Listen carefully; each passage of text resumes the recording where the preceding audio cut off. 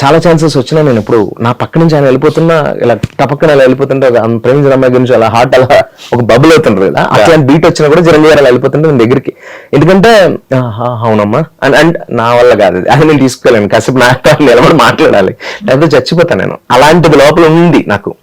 నేను ఫ్రెండ్స్ అందరూ చిరంజీవి గారు అలా వెళ్తుంటే నా ఒక చూస్తారు, నా బ్యాచ్ అంతా, నా ఫ్రెండ్స్ కానీ గర్ల్స్ కానీ బ్యాచ్ నా బ్యాచ్ అంతా, మా సిఏ బ్యాచ్ కానీ లేకపోతే కాలేజెస్లో కానీ ఇప్పుడు ఇక్కడున్న డైరెక్షన్ డిపార్ట్మెంట్లో కానీ ఇప్పటికీ గుర్తు. రవిరాజ్ శెట్టి గారి అబ్బాయి మ్యారేజ్ అప్పుడెప్పుడు ఆది గారికి వచ్చిన కొత్త ఆది గారి బ్రదర్ అనుకుంటా మ్యారేజ్.